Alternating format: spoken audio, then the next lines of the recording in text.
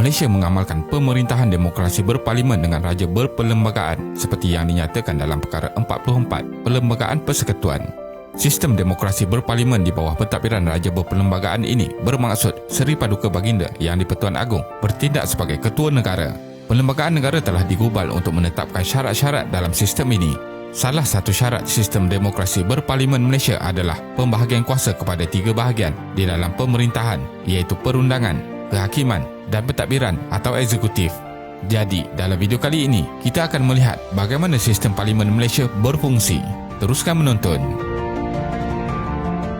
Sebelum pembentukan kerajaan Malaysia, penjajah British membenarkan pembentukan Majlis Mesyuarat Undang-Undang bagi Malaya, Singapura, Sabah dan Sarawak. Akan tetapi, ianya bukan mewakili badan tertinggi dalam mengubal undang-undang kerana tertakluk kepada kuasa pesuruhjaya tertinggi British. Menjelang kemerdekaan Malaysia, satu perlembagaan bagi tanah Melayu telah digubal oleh Badan Bebas, terdiri daripada pakar undang-undang beberapa buah negara Commonwealth dan diketuai oleh Lord Reid. Sistem demokrasi berparlimen yang berpandukan model Westminster dari Britain dianggap terbaik pada ketika itu untuk negara ini. Penyata Suruhanjaya Reid dikeluarkan pada 21 Februari 1957 setelah mengadakan sebanyak 118 rundingan bagi cadangan Perlembagaan Persekutuan Tanah Melayu yang berasaskan kepada demokrasi berparlimen. Perlembagaan tersebut telah dikuatkuasakan pada 27 Ogos dan secara rasminya dilaksanakan apabila Persekutuan Tanah Melayu mencapai kemerdekaan pada 31 Ogos 1957. Struktur Parlimen Malaysia. Parlimen Malaysia terdiri daripada 3 komponen utama, iaitu Yang di-Pertuan Agong, Dewan Negara dan Dewan Rakyat. Parlimen mempunyai kedudukan tertinggi dan merupakan badan yang mewakili rakyat untuk membuat undang-undang serta dasar. Mesyuarat pertama, penggal pertama, Parlimen pertama telah diadakan pada 11 September 1959 di Dewan Tunku Abdul Rahman, Jalan Ampang yang kini dikenali sebagai Pusat Pelancongan Malaysia atau MATIK. Parlimen bertugas untuk merangka, meminda dan memasukkan undang-undang yang dipanggil akta atau statut. Perlembagaan telah menentukan apa yang boleh dan tidak boleh digubal oleh Parlimen dan menetapkan prosedur untuk membuat undang-undang. Wakil yang dipilih oleh rakyat melalui pilihan raya bagi kawasan Parlimen atau Dewan Undangan Negeri bertanggungjawab untuk memperjuangkan kepentingan rakyat yang diwakilinya. Setiap negara mempunyai kaedah dan sistem pemerintahan yang tersendiri seperti sistem demokrasi, sosialis, monarki dan banyak lagi. Istilah popular demokrasi ialah kerajaan rakyat, dari rakyat untuk rakyat. Bagaimanakah kuasa kerajaan disemak oleh Parlimen? Ahli-ahli Dewan Rakyat boleh meminta Perdana Menteri atau Kabinet untuk menjelaskan sebarang perkara yang dilakukan atau tidak dilakukan oleh kerajaan. Sekiranya Kabinet bertindak bertentangan dengan kehendak Dewan Rakyat boleh meluluskan usul tidak percaya kepada Perdana Menteri. Dalam keadaan demikian, Perdana Menteri serta Kabinetnya perlu meletakkan jawatan. Di sini, Dewan Rakyat yang merupakan ahli Parlimen boleh memastikan kerajaan bertindak demi kepentingan rakyat dan tidak menyalahgunakan kuasanya. Bagaimanakah kuasa Parlimen disemak? Parlimen mengubal undang-undang, tetapi Mahkamah mempunyai kuasa untuk mentafsir undang-undang sekiranya terdapat ketidakpastian atau pencanggahan undang-undang. Mahkamah juga boleh memutuskan bahawa sesuatu undang-undang bertentangan dengan perlembagaan, oleh itu tidak perlu dipatuhi. Namun demikian, terdapat sesetengah perkara yang tidak boleh dipersoalkan oleh mahkamah seperti prosiding-prosiding Parlimen. Secara amnya, ahli Dewan menikmati imuniti daripada prosiding sivil dan jenayah terhadap perkara yang dibahaskan serta yang dibuat di dalam sesi Parlimen. Perlembagaan Persekutuan. Perlembagaan dijadikan sebagai undang-undang tertinggi yang menjadi asas kepada pembentukan kerajaan Malaysia. Ianya ialah dokumen rasmi yang terkandung segala peraturan dan prinsip sebagai panduan kerajaan untuk melaksanakan kuasanya dan mentadbir negara. Parti politik yang memerintah akan mengetahui hala tuju pentadbiran negara dan hal ini menjamin kerajaan menunaikan tanggungjawab kepada rakyat melalui peruntukan yang terkandung di dalamnya. Perlembagaan Malaysia yang diperkenalkan pada 16 September 1963 mengandungi 183 perkara. Perlembagaan ini mengandungi pelbagai peruntukan seperti Senarai Kerajaan Persekutuan dan Kerajaan Negeri, institusi yang di-Pertuan Agong, Parlimen, Jemaah Menteri dan Badan Kehakiman. Rukun negara telah diperkenalkan berikutan peristiwa 13 Mei 1969 yang melemahkan perpaduan antara kaum di Malaysia. Tujuan utama rukun negara dibentuk adalah membentuk perpaduan yang kukuh.